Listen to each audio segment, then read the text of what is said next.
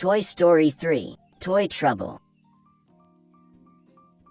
Woody the sheriff, Jessie the cowgirl, and Buzz Lightyear the space ranger had always been a terrific team. They looked out for each other and for the rest of the toys in Andy's room. But things had changed. Andy had grown up and didn't have time to play with his toys anymore. Soon he would be leaving for college. What were the toys going to do? Woody wanted to stay at Andy's house. He knew that Andy would store the toys safely in the attic. But Jessie wasn't ready for the attic. She still wanted to play with kids. "What's important is that we stay together," said Buzz. When Jessie spotted a box of old toys in Andy's mom's car, she knew just what to do. The box was being donated to Sunnyside, the local daycare center. There'd be plenty of kids to play with there. Woody followed the other toys into the box. He tried to convince them to stay, but he was too late. Andy's mom got into her car and drove away. The toys were going to Sunnyside. When the toys arrived at the daycare center, a strawberry-scented bear named Lotso welcomed them with hugs. He introduced them to his friends and showed them the caterpillar room, where they would be staying. Sunnyside seemed perfect. The toys couldn't wait to play with all the kids. Jessie was sure that coming there had been the right choice.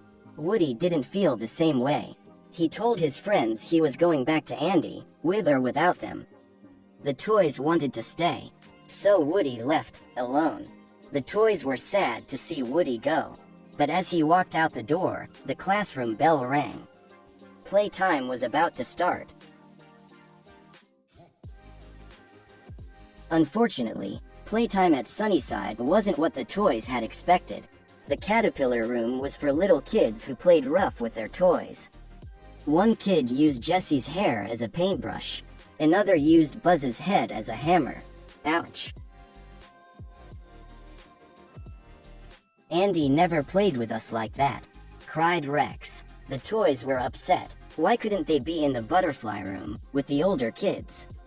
"I'll go talk to Lotso about moving us to the other room," said Buzz. But the door was locked. They were trapped. Luckily, Buzz spotted a way out. He quickly climbed through an open window. Jessie and the other toys watched as he dropped into the hallway. The toys waited and waited, but Buzz didn't return. Jessie was starting to think that coming to Sunnyside hadn't been such a good idea after all. Soon Lotso arrived. Jessie told him that she and her friends needed to go home.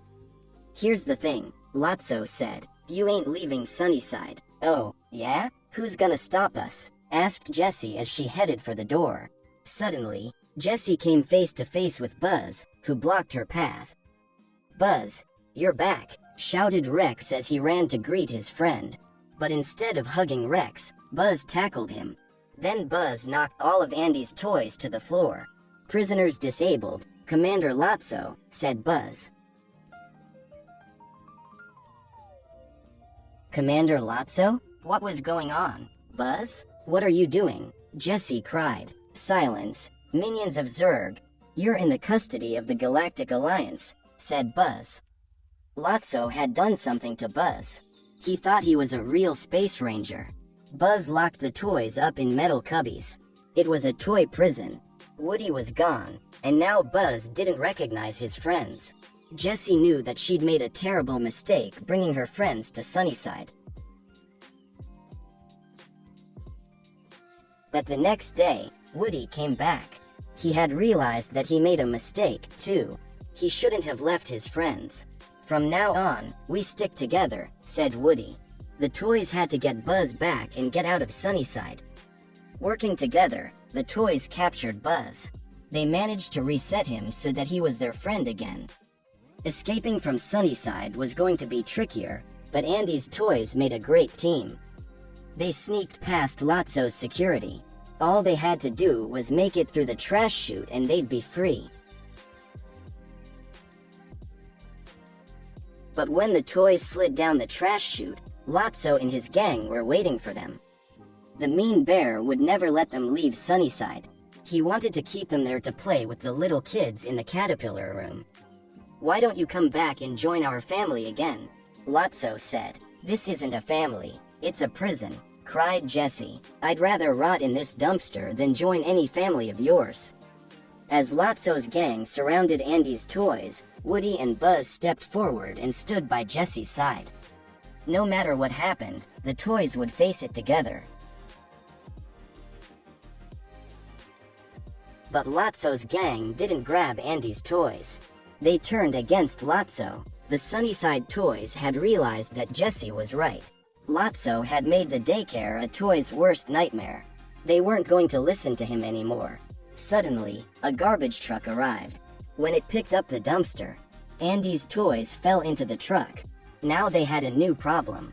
They were headed for the city dump. At the dump, the toys were dropped onto a giant conveyor belt, headed right for a scary incinerator. This time, Andy's toys stuck together. They helped each other and made it out safe and sound. Then the toys sneaked onto another garbage truck and rode all the way to Andy's house.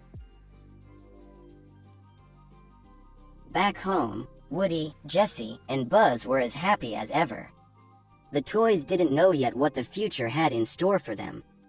But they knew in their hearts that as long as they stuck together, everything would work out just fine.